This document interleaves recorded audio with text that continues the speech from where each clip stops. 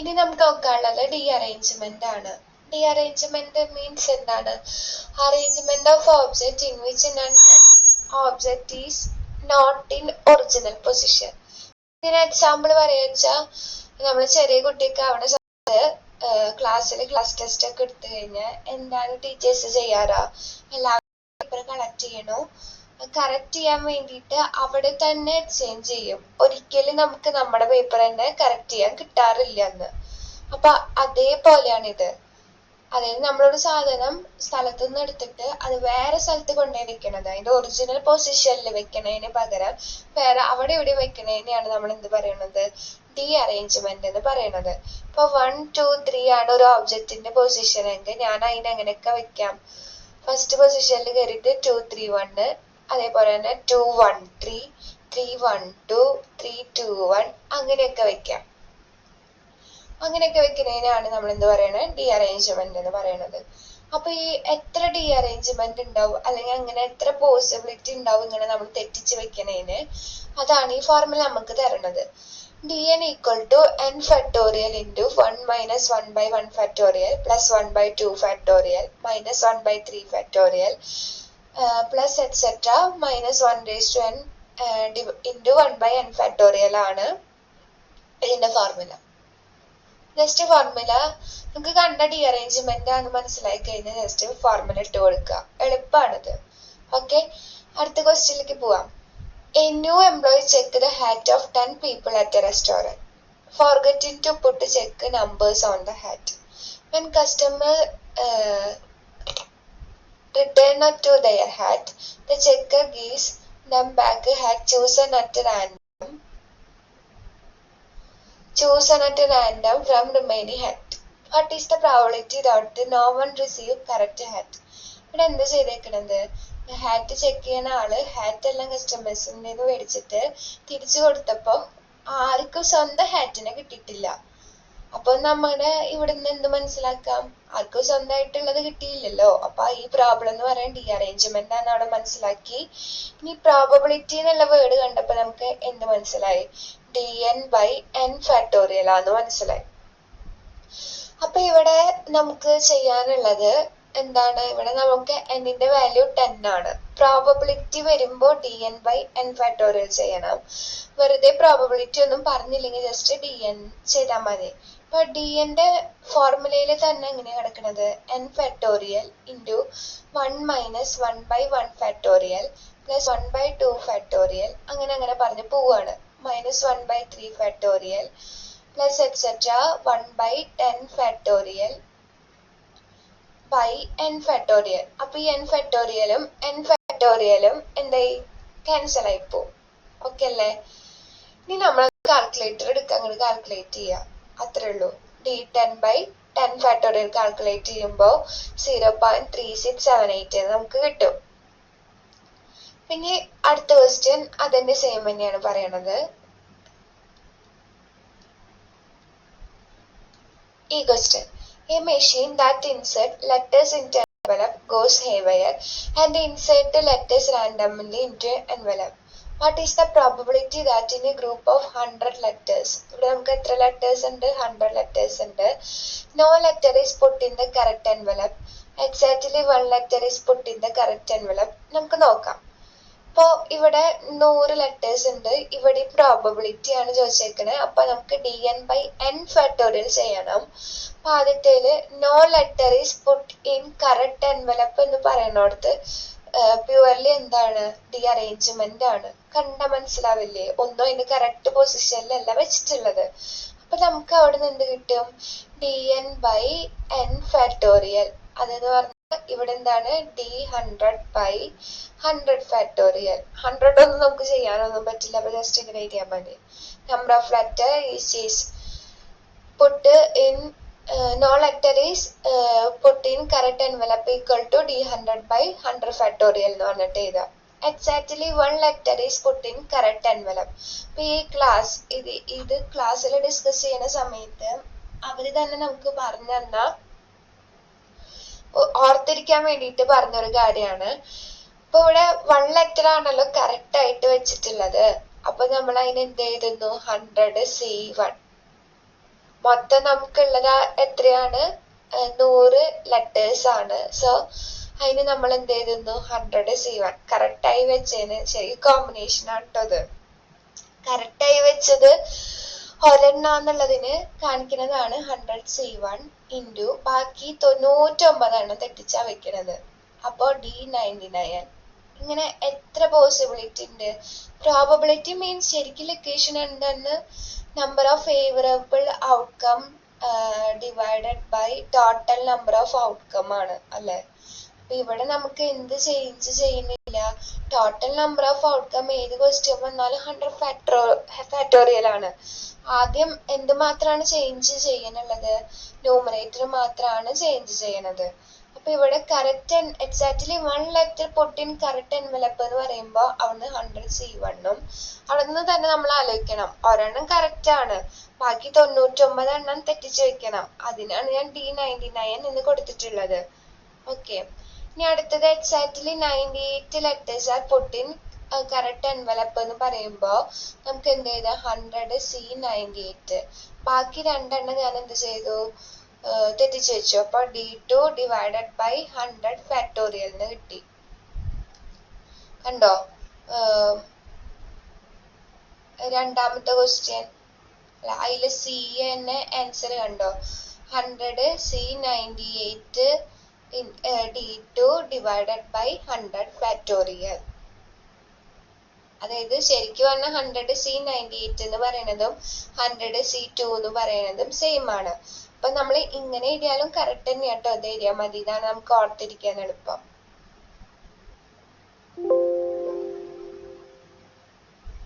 ഇനി അടുത്ത ക്വസ്റ്റ്യൻ കഴിഞ്ഞിട്ടില്ല നമ്മുടെ ക്വസ്റ്റ്യൻ. അതിന്റെ ഡിയിൽ എന്താ പറയണത്? Exactly 99 letters R puttu in correct envelope. അതെങ്ങനെ നമുക്ക് പറ്റുക? കാരണം 99 കറക്റ്റായി വെച്ച് കഴിഞ്ഞാൽ 100ാമത്തെ കറക്റ്റായി അല്ലേ പറ്റുള്ളൂ.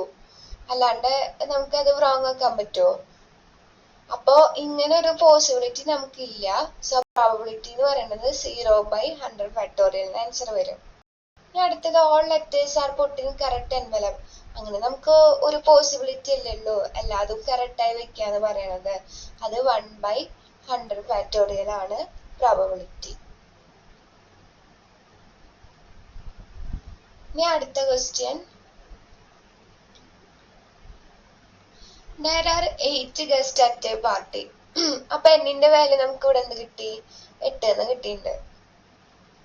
Each guest bring and each receives a gift they bought. നമ്മളിപ്പോ നമ്മുടെ ഗിഫ്റ്റ് നമുക്ക് തന്നെ തരില്ലല്ലോ, നമ്മൾ വേറെ ആൾക്കല്ലേ കൊടുക്കുക.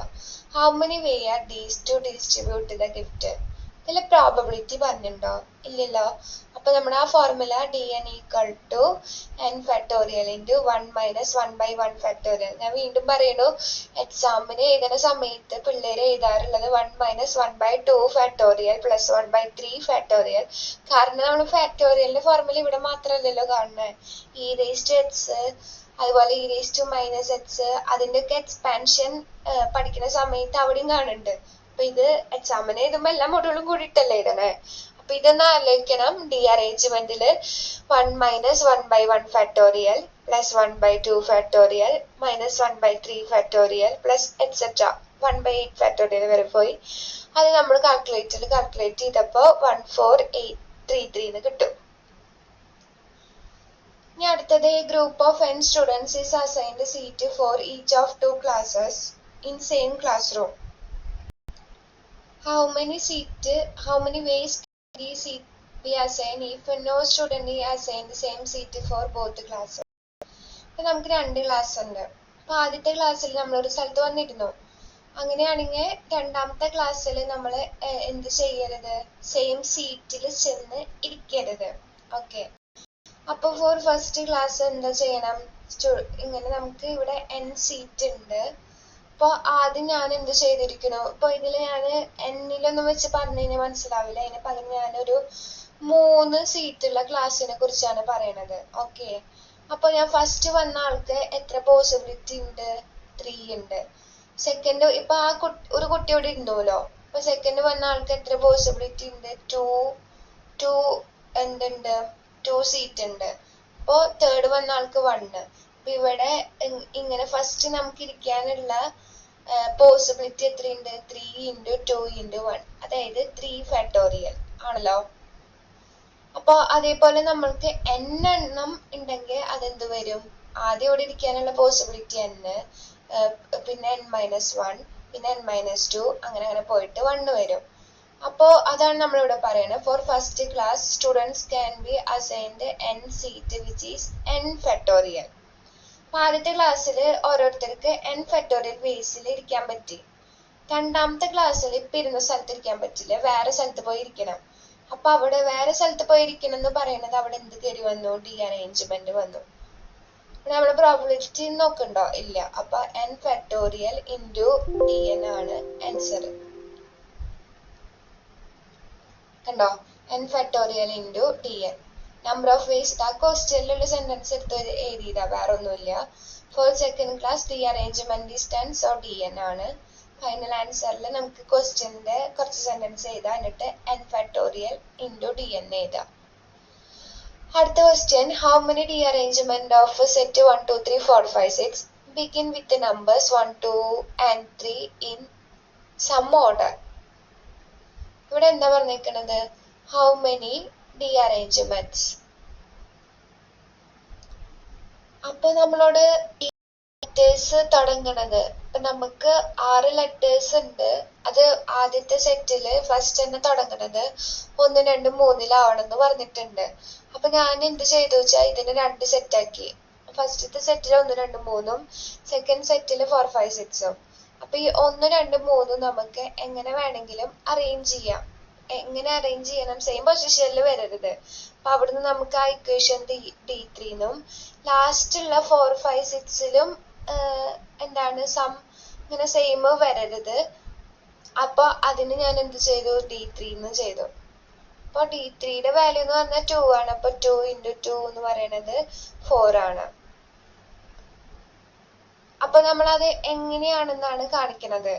അപ്പോ സെയിം ആ ഒരു സെയിം ഇതിൽ വരാൻ പാടില്ല എന്നുണ്ടല്ലോ. അപ്പൊ ആദ്യത്തെ 1, 2, 3യില് നമുക്ക് 1 വെക്കാൻ പറ്റില്ല. 2, 3, 1 വെച്ചു. അത് കഴിഞ്ഞ് ഞാൻ എന്ത് ചെയ്തു? 2 അങ്ങനെ ഫിക്സ് ചെയ്തു. 1, 3 എന്ന് വന്നു. അടുത്തത് ഞാൻ 3യിൽ സ്റ്റാർട്ട് ചെയ്യും. 3, 1, 2, പിന്നെ 3, 2, 1 സെയിം പൊസിഷനിൽ വന്നിട്ടില്ലല്ലോ. ഇനി എനിക്ക് 4ൽ സ്റ്റാർട്ട് ചെയ്യാൻ പറ്റില്ല. പകരം 1, 2, 3 കഴിഞ്ഞ് പിന്നെ 4 അല്ലേ വരിക. 4 ആവുമ്പോ ഇവിടെ എന്ത് വരും? 4 വെക്കാൻ പറ്റില്ല. 5ലും 6ലൊക്കെ തുടങ്ങാം. അപ്പൊ നമുക്ക് 5, 6, 4, 5, 4, 6, പിന്നെ 5ന്റെ കഴിഞ്ഞു കേട്ടോ. 6 എഴുതി, 4, 6, 6 എഴുതി.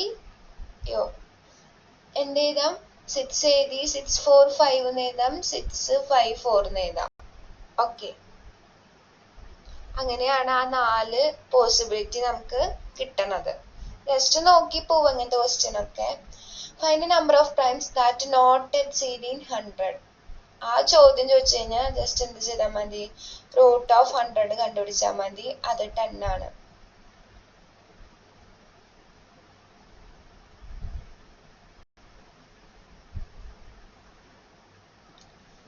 ഇതിന്റെ ക്വസ്റ്റ്യൻ കഴിഞ്ഞിട്ടില്ല. നമുക്ക് ഇതെന്തിനെ കണ്ടുപിടിച്ചാൽ എത്ര പ്രൈംസ് നമ്മൾ ഈ ക്വസ്റ്റ്യനെ യൂസ് ചെയ്യണം എന്ന് കണ്ടുപിടിക്കാൻ വേണ്ടിയിട്ടാണ്. ഓക്കെ, ഇവിടെ എനിക്ക് 10 പ്രൈംസ് വരെയാണ് ഇവിടെ യൂസ് ചെയ്യേണ്ടത്. അപ്പൊ ഇവിടെ 10 പ്രൈംസ് എന്ന് പറയുമ്പോൾ 2, 3, 5, 7 കിട്ടി. നമ്മൾ principle of inclusion exclusion apply ചെയ്യാൻ പോവാണ്. അപ്പോ അത് ചെയ്യുമ്പോ ഫോർമുല എന്ന് പറയുന്നത് P1 എന്ന് പറഞ്ഞ property that integer is divisible by 2. അടുത്തത് എന്ന് പറയുന്നത് property that integer is divisible by 3, 5, 7. ഇത് നമ്മൾ എന്ത് എഴുതുന്നു? ഫോർമുലയായിട്ട് എന്ത് എഴുതുന്നു? P1 dash P2 dash P3 dash P4 dash equal to n minus ഇവിടെ ഇപ്പൊ 4 പ്രൈംസ് ആണല്ലോ കിട്ടിയത്. ഇപ്പൊ 4 പ്രൈംസ് കിട്ടിയതുകൊണ്ട് n of P1 plus P2 plus അതായത് ഇതിവിടെ n എഴുതിയിട്ട് മൈനസ് കൊടുക്കുക. n minus n of P1 plus P2. Alternative ആയിട്ട് ഇവിടെ എന്ത് വരുന്നു? Minus plus കൊടുത്തോണ്ടിരിക്കുകയാണ്. ഓക്കെ, ഇവിടെ ഇങ്ങനത്തെ പ്രോബ്ലത്തിലൊക്കെ ജസ്റ്റ് എന്തുള്ളൂ, ഓരോ ഫോർമുല വരുന്നു അത് ഇട്ട് കൊടുക്കുക, അത്രേ ഉള്ളൂ നമുക്ക്. n of p1 p2 plus n of p1 p3 plus n of p1 p4 n of p2 p3 n of p2 p4. Okay, നമ്മൾ 2 പയേഴ്സിന്റെ എടുത്തു കഴിഞ്ഞു. എന്നിട്ട് എന്ത് ചെയ്തു, മൈനസ് ഇട്ടിട്ട് 3 പയേഴ്സ് എഴുതി, പ്ലസ് ഇട്ടിട്ട് n of p1 p2 p3 p4. അപ്പൊ അങ്ങനെ ചെയ്യുന്ന സമയത്ത് എന്താണ്, നോട്ട് എക്സീഡ് 100 എന്ന് പറഞ്ഞതുകൊണ്ട് 99 വരെ പറ്റി. ഇനി നമ്മൾ കണ്ടുപിടിക്കാനായിട്ട് ഗ്രേറ്റസ്റ്റ് ഇൻറ്റീജർ 100/2 100/3 100/5 100/7. അടുത്ത പ്ലസ് ഇട്ടിട്ട് അടുത്ത 2 കോമ്പിനേഷൻ p1 p2 എന്ന് പറഞ്ഞാൽ 2 3 2 4 2 5 2 7. അത് കഴിഞ്ഞാൽ അടുത്ത കോമ്പിനേഷൻ 3 സ്റ്റാർട്ട് ചെയ്യണത് 3 5 3 7 കഴിഞ്ഞോ 5 7. ഇനി അടുത്തത് 3 കോമ്പിനേഷൻ ആയിട്ട് 100 ഡിവൈഡഡ് ബൈ 2 3 5 പിന്നെ 2 3 5 2 3 7. അത് കഴിഞ്ഞു. ഇനി 3 സ്റ്റാർട്ട് ചെയ്യണത് 3 5 7.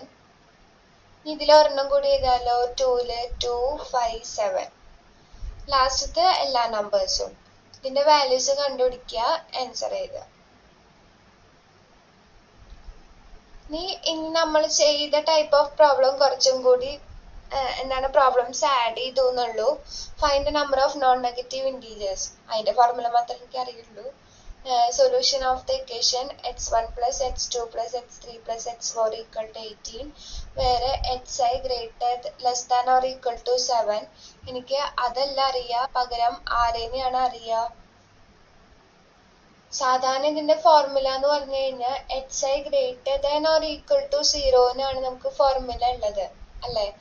അപ്പൊ നമ്മള് ഇങ്ങനെ അതിന്റെ ഓപ്പോസിറ്റ് ചോദിച്ചു കഴിഞ്ഞാൽ നമ്മൾ എന്ത് ചെയ്യാൻ പറഞ്ഞിട്ടുണ്ട്, n മൈനസ് ഇവിടെ 4 എണ്ണാണുള്ളത്, n minus n of p1 മറ്റേ സാധാ ഫോർമുല ഇല്ലേ. പിന്നെ ഇവിടുത്തെ ഒരു ലാഭം എന്താ വെച്ചാൽ എല്ലാതും സെയിം ആണ്. സെയിം മീൻസ് എല്ലാ x1 greater than less than or equal to 7, x2 less than or equal to 7, x3 less than or equal to 7, x4 less than or equal to 7 ആയിരുന്നു. അപ്പൊ നമുക്ക് അതിൽ ഒരെണ്ണം കണ്ടുപിടിച്ചിട്ട് ഇൻറ്റു 4 ചെയ്താൽ മതിയില്ലേ. അതായത് ഫോർമുല ശരിക്ക് മറ്റേ B of A union B equal to cardinality of A plus cardinality of B minus cardinality of A intersection ബിയില് 3 എണ്ണം ഒക്കെ ഉള്ളത് നമ്മൾ കണ്ടില്ലേ. p1 ഉള്ള c1 ഒന്നും എഴുതിയ കുഴപ്പമൊന്നുമില്ല. അപ്പൊ ഇവിടെ ആദ്യം ഇപ്പൊ എന്താ വരിക, n ഓഫ് സിംഗിൾട്ടൺ സെറ്റുകളാണ്, എല്ലാത്തിനും സെയിം ആണ് വരിക. എത്ര സിംഗിൾട്ടൺ സെറ്റ് വരും, n ഓഫ് p1 വരും, n ഓഫ് p2 വരും, ഇതിലുള്ളത് ഏതാ അല്ലെ, n ഓഫ് c1 വരും, n ഓഫ് c2 വരും, n ഓഫ് c3 വരും, n ഓഫ് c4. പിന്നെ എല്ലാത്തിലും സെയിം ആയതുകൊണ്ട് നമ്മൾ ഒരെണ്ണം കണ്ടുപിടിച്ച് ഇൻറ്റു 4 ചെയ്താൽ മതി. പിന്നെ നമുക്ക് കണ്ടുപിടിക്കാനുള്ള രണ്ട് pairs n of c1 c2. പിന്നെ നമ്മൾ എന്താ കണ്ടുപിടിക്കേണ്ടത്, c1 c3 c1 c4. ഇനി c2 സ്റ്റാർട്ട് ചെയ്യണത് c2 c3 പിന്നെ എന്താ പറയുക c2 c4. പിന്നെ നെക്സ്റ്റ് എന്താ വന്നേ c3 c4. അപ്പൊ നമുക്ക് ഇവിടെ എത്ര പയേഴ്സ് കിട്ടി, ഇതിന്റെ ആൻസറില് 6 എണ്ണം കിട്ടി ഇല്ലേ. അതാണ് ഇവിടെ കൊടുത്തിരിക്കുന്നത്. ബാക്കിയുള്ളതിലൊക്കെ ആണെങ്കിൽ കുറെ കണ്ടുപിടിക്കാനുണ്ടായിരുന്നു. പക്ഷെ ഇതില് എല്ലാ സാധനങ്ങളും ഒരേ നമ്പർ ആയതുകൊണ്ടാണ് നമ്മൾ ഇൻറ്റു 4 ചെയ്യാൻ തീരുമാനിച്ചത്. അപ്പൊ ഇവിടെ നമ്മൾ ഓപ്പോസിറ്റ് സംഭവമാണ് ചെയ്യുന്നത്. അതായത് എന്നോട് ചോദിച്ചത് xi ലെസ് ദാൻ 7 ആണ്. ഞാൻ ആദ്യം xi ഗ്രേറ്റർ ദാൻ 7 കണ്ടുപിടിച്ചിട്ട് n അത് മൈനസ് ചെയ്യലാണ് ചെയ്യണത്. ഓക്കെ, അല്ലെങ്കിൽ അങ്ങനെ ഒന്നും ആലോചിക്കണ്ട. ഇങ്ങനത്തെ ക്വസ്റ്റ്യൻ വന്നു കഴിഞ്ഞാൽ ഈ ഫോർമുല എന്താണ് ഓർത്തിരിക്കുക. n മൈനസ് ഇവിടെ എത്ര c1 നമുക്ക് കിട്ടി, 4 c1കളും 2 പയേഴ്സ് 6 എണ്ണാണ് കിട്ടിയത്. n minus 4 nc1 plus 6 nc1 c2. ആ ഒരു കോമ്പറ്റീഷൻ അല്ല കോമ്പിനേഷൻ. അപ്പൊ ഇവിടെ n ഓഫ് c1 നമുക്ക് കണ്ടുപിടിക്കണം. n സാധാരണ ഒരു റെസ്ട്രിക്ഷനും ഇല്ലല്ലോ. അപ്പൊ അത് n plus r minus 1 cr ചെയ്യുന്ന സമയത്ത് n-ന്റെ വാല്യൂ 4, r-ന്റെ വാല്യൂ 18. അപ്പോൾ 18 പ്ലസ് 4 മൈനസ് 1 c 18 ചെയ്തപ്പോൾ എനിക്ക് 1313 കിട്ടി. അടുത്തത് ഒന്നൊന്ന് പെയേഴ്സ് ആണ് നമുക്ക് കണ്ടുപിടിക്കേണ്ടത്. അപ്പൊ ഇവിടെ ശരിക്കും കാണുന്നത് HI greater than or equal to 8 ആണ്. ഞാൻ പറഞ്ഞിട്ടുണ്ട് അങ്ങനത്തെ സംഭവം ചെയ്യുന്ന സമയത്ത് എന്ത് സംഭവിക്കും, ആറിന്റെ വാല്യൂ മാത്രമാണ് മാറുന്നത്. അപ്പൊ ആറിന്റെ വാല്യൂ നമുക്ക് എന്ത് കിട്ടി, 18 - 8 എന്ന് പറഞ്ഞിട്ട് 10 ആണ് കിട്ടുന്നത്. അപ്പൊ n+r-1 CR എന്ന് പറയുമ്പോൾ n-ന്റെ വാല്യൂ മാറുന്നില്ല. 4 + 10 - 1, അതായത് 13 C10 ആണ് കിട്ടുന്നത്. സോ അത് 286 ആണ്. അതിപ്പോ എന്നോ C2 C3 C4 ഒക്കെ കണ്ടുപിടിക്കാൻ പറഞ്ഞാലോ ഒക്കെയിലും എന്തെന്നെ വരിക, 286 ആണ് വരിക. അടുത്തത് എന്നോ 2 പെയേഴ്സ് ഉള്ളത്. അവിടെ നമ്മൾ കൊടുത്തിട്ടുള്ളത് HI ഗ്രേറ്റർ ദാൻ 8 2 വട്ടം വന്നു. അപ്പോൾ നമുക്ക് ആറിന്റെ വാല്യൂ എന്തായി, 18 - 16 2 ആയി. അപ്പൊ n+r-1 CR ചെയ്യുമ്പോൾ 2 + 4 - 1, 2 + 4 - 1 C2. അതെന്താ പറയുന്നത്, 6 - 1 5 C2 ആണ് നമുക്ക് പറയുന്നത്. 5 C2ന്റെ വാല്യൂ എന്താണ്, 10 ആണ്. കാൽക്കുലേറ്ററിന് കിട്ടും. അപ്പൊ അങ്ങനത്തെ ഒരു 6 ഉണ്ട്. അതൊക്കെ നമുക്ക് എന്തെന്നെയാ കിട്ടുക, 10 10 10 എന്നാ കിട്ടുക. അതാണ് ഞാൻ 6 × 10 ചെയ്യാൻ കാരണം. നമുക്ക് 3 കോമ്പിനേഷനിലുണ്ട്. 3 കോമ്പിനേഷൻ എന്ന് പറയുമ്പോൾ 8 × 3 എന്ന് വരുന്നുണ്ട്, 24. അത് നമ്മുടെ ഇവിടുത്തെ 6-നേക്കാളും വലുതായതുകൊണ്ട് അതിപ്പോ ഞാൻ പറഞ്ഞിട്ടുണ്ട് 6 നെഗറ്റീവ് വരികയാണെങ്കിൽ നമുക്ക് കണ്ണും പൊട്ടി എന്ത് എഴുതാം, എന്നോ C1 C2 C3 എന്ന് പറയണത് 0 എന്ന് എഴുതാം. ഓക്കെ, അടുത്ത ക്വസ്റ്റ്യനിലേക്ക് പോവാം. In how many vase teacher distribute, ഞാൻ ഫസ്റ്റ് പറഞ്ഞ എക്സാമ്പിൾ ക്വസ്റ്റ്യൻ ആയിട്ട് വന്നേക്കാണ്.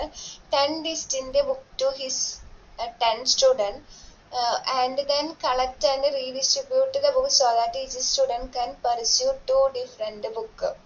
അപ്പൊ ഇവിടെ ആദ്യം എന്ത് ചെയ്തു, ആദ്യം ആ ടീച്ചർ വന്നിട്ട് എന്ത് ചെയ്തു, 10 ഡിഫറെന്റ് ബുക്ക് 10 സ്റ്റുഡന്റിന് കൊടുത്തു. എന്നിട്ട് തിരിച്ചു മേടിച്ചിട്ട് നേരത്തെ കൊടുത്ത ബുക്ക്, അതായത് നാം വായിക്കാൻ കൊടുക്കുക. അപ്പൊ നമ്മുടെ വെക്കേഷൻ ഒക്കെ ആവുന്ന സമയത്ത് നമ്മള് വായന പ്രോത്സാഹിപ്പിക്കാൻ വേണ്ടിയിട്ട് എന്ത് ചെയ്യുന്നു, ബുക്ക് കൊടുക്കുന്നു. അങ്ങനെയൊക്കെ ചെയ്യാറുണ്ടല്ലോ. എന്നിട്ട് നമുക്ക് വായിച്ച ബുക്ക് തന്നെ നമുക്ക് വായിച്ചുകൊണ്ടിരിക്കാൻ പറ്റില്ലല്ലോ. അപ്പൊ നമുക്ക് വേറെ ബുക്ക് കിട്ടണം. അപ്പൊ ഇതെങ്ങനെയാണ് ചെയ്യണത്, ആദ്യം എനിക്ക് 10 ബുക്ക് ഉണ്ടായിരുന്നു. അപ്പൊ ആ 10 ബുക്കിന് ഞാൻ എന്ത് ചെയ്തു, എത്ര വേയില്, ഞാൻ നേരത്തെ ഇതുപോലെ ഒരു ക്വസ്റ്റ്യൻ കണ്ടുല്ലോ. അപ്പൊ ഈ 10 ബുക്കിന് എനിക്ക് ആദ്യത്തെ കുട്ടിക്ക് വേണമെങ്കിൽ ഈ 10 ബുക്കിൽ ഏത് വേണേലും കൊടുക്കാം. രണ്ടാമത്തെ കുട്ടിക്ക് ഇത് കൊടുത്തുല്ലോ. അപ്പൊ ബാക്കി എത്ര ബുക്ക് ഉണ്ട്, 9 ബുക്ക് ഉണ്ട്. മൂന്നാമത്തെ ആൾക്ക് നമുക്ക് 8 എണ്ണം കൊടുക്കാം. അങ്ങനെ നമുക്ക് ഇത് എന്ത് പറയാം, 10 ഫാക്ടോറിയൽ വേയില് ആദ്യം ബുക്ക് ഡിസ്ട്രിബ്യൂട്ട് ചെയ്തു. പിന്നെ എന്ത് ചെയ്തു, സെയിം ആൾക്ക് കിട്ടരുത് എന്ന് പറഞ്ഞു കഴിഞ്ഞാൽ നമുക്ക് അവിടുന്ന് എന്ത് എഴുതിയാൽ മതി, D10. ഇവിടെ പ്രോബബിലിറ്റി അല്ല ചോദിച്ചത്, അതുകൊണ്ട് അവിടെ 10 ഫാക്ടോറിയൽ ഇല്ല. അപ്പൊ 10 ഫാക്ടോറിയൽ × D10. ഓക്കെ അല്ലേ.